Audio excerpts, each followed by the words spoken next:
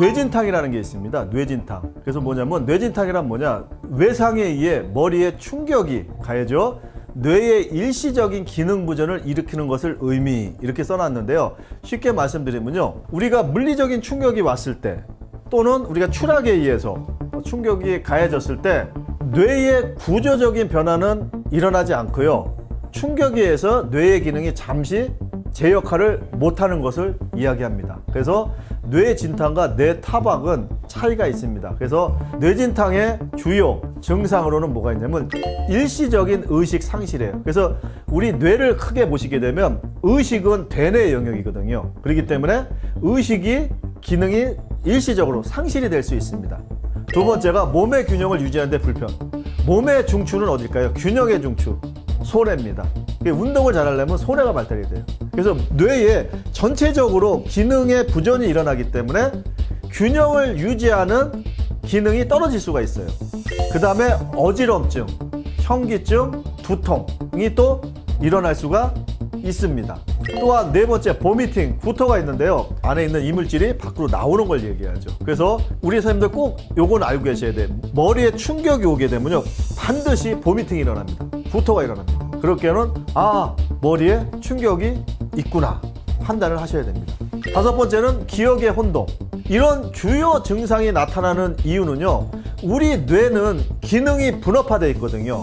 그렇기 때문에 그런데 전체적으로 충격이 오기 때문에 뇌의 기능 부전이 일어나서 이런 증상들이 발생이 됩니다. 뇌진탕 환자 발생 어떻게 할까요?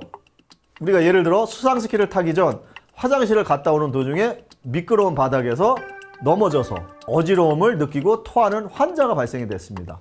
또 우리가 예를 들을 수 있죠. 레저 스포츠 활동을 하다가 타고 가는데 갑자기 추락을 해서 머리에 타박을 입어서 뇌진탕이 올 수도 있습니다. 여러분은 어떻게 대처하시겠습니까? 뇌진탕의 응급처치인데요. 환자의 의식 여부를 확인한 후 의식이 없다면 즉시 기도를 열고 심폐소생술을 실시합니다. 두 번째, 부딪힌 부분이 부었을 경우 차가운 찜질을 해주고 상체만 일으켜 앉힌 후 넘어지지 않게 상체를 기대게 해줍니다. 세 번째, 안정을 취한 뒤에도 기력 저하, 기억 상실 등의 증세를 보이면 즉시 병원으로 가서 정밀 검사를 받아야 합니다. 여기서 중요한 거는 뭐냐면 1번 환자의 의식 여부거든요. 정말 중요합니다. 제가 이 수업 특히 1교시 심폐소생술과 자동심장충격기 설명을 할 때 말씀드렸습니다. 환자의 의식 여부가 가장 중요해요. 그래서 만약에 어떠한 원인에 의해서 의식이 없다. 그때 들어가는 게 뭐다? 심폐소생술입니다. 그래서 중요한 거는 뇌진탕에 대한 응급처치 여러분들 꼭 알고 계셔야 됩니다. 뇌진탕의 대처 방법 동영상을 보면서 알아보겠습니다.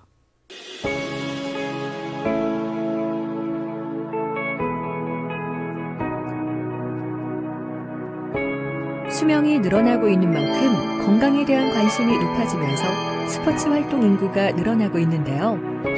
스포츠를 즐기는 사람들이 많아진 만큼 부상으로 인해 다치는 사고도 높아지고 있습니다.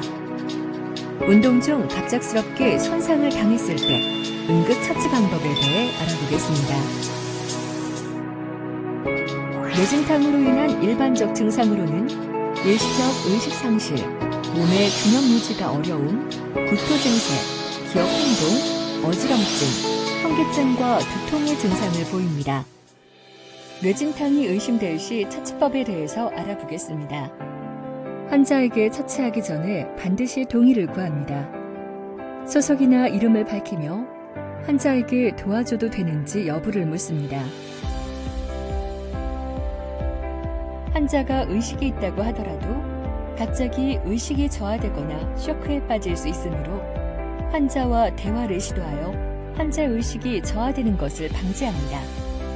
환자가 의식이 있다고 하더라도 절대 환자의 곁을 떠나지 않아야 합니다. 환자가 의식이 있을 때 환자가 의식이 있을 시에는 회복 자세를 취해줘야 합니다. 1.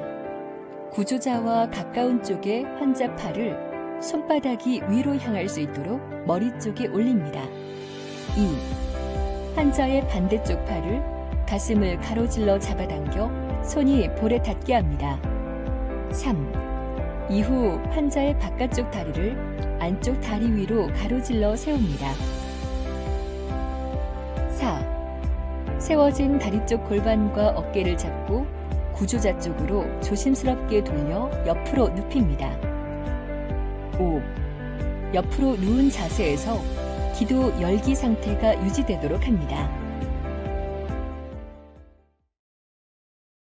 환자가 의식이 없을 때 양쪽 어깨를 가볍게 두드리며 환자의 의식 확인을 한다.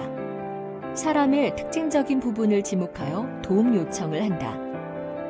환자의 몸 전체를 살펴보며 약 10초간 반응 확인을 한다. 뇌진탕 환자는 구조적 기도 폐쇄 가능성이 높으므로 먼저 기도 개방을 한다.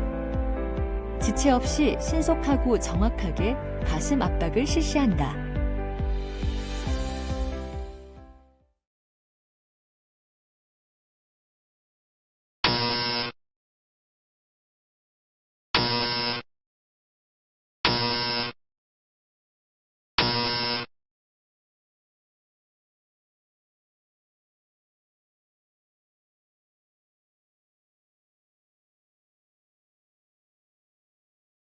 자, 여기까지 우리 선생님들 외상에 의한 근골격계 손상에 대해서 알아봤습니다. 지금까지 스포츠 안전재단 김성원 강사였습니다. 감사합니다.